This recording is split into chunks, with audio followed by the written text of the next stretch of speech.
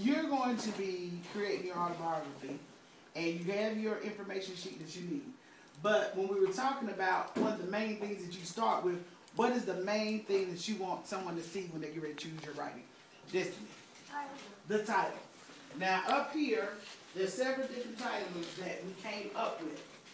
And you can choose either one of these, but you could also create your own title. Because we don't want to just say something just plain that this is my autobiography or something that you want something that's going to draw someone's attention. So for me, like I said, I thought about maybe titling mine, The Life and Times of April.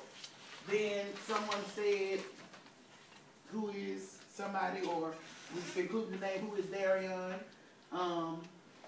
the story of Adia, or like someone said, just all about me, or all about my life, or we talked about just the simple fact that you could put it, that this is who it is, it's about you, so just write your name on it. That could be what it is. Also, the beginning of your autobiography is like the opening to tell the main stuff that somebody's probably going to need to know. The most important stuff that they're going to need to know first off. And in this case, of course, they're going to need to know what? Your name. So instead of just saying, I am, or my name is, I started with my name. So, April Anea Gamble is my name, and I was born on April Fool's Day in 1970 at North Carolina Baptist Hospital.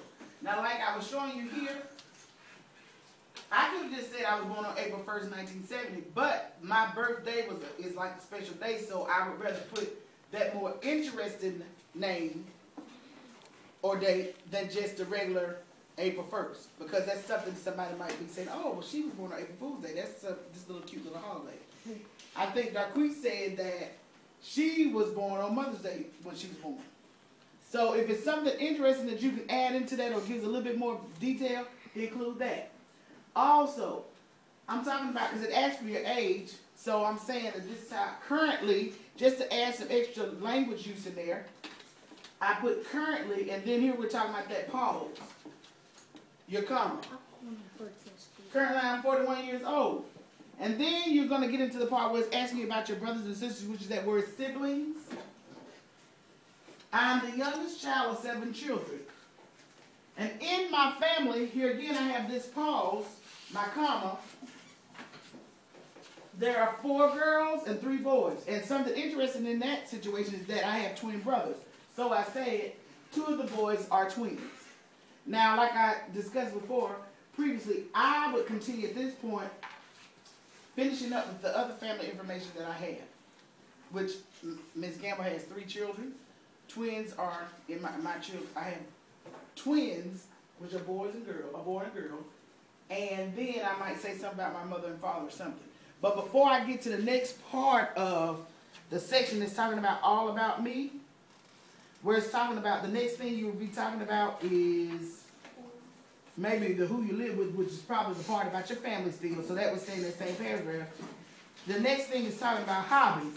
I probably want to finish up this paragraph with the rest of the family stuff and move into a paragraph talking about the hobbies or the things that I like to do. Okay? Then, as I finish that up, it's asking you to tell about the places that you visited that were interesting or exciting. That can go with the hobbies. Because somewhere within the hobbies it could say that I like to travel or I like going different places, and then that way you can add your hobbies and the things that you've done that are interesting in one paragraph. Because you want your writing to flow. You want your writing to flow. Meaning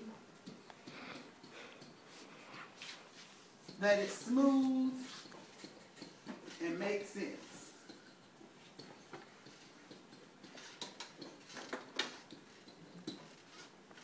Because when someone reads it, you want them to understand it. So if it's not flowing, it will be too confusing for somebody to understand what you're trying to say. Yes, Dr. Lisa. If that's what you want to say, that some people do consider their pets as family. My dogs are like my family too, and I think our visitor he has pets as a family too. So that's what I want you to do with your writing. Now, before you do a finalization of this, I want you to make sure that each page is that one part, that one paragraph that you're going to do. Because I want to be able to conference with you and go back and look at some of the language use that you have, some of your details, and just kind of see how you structure your writing.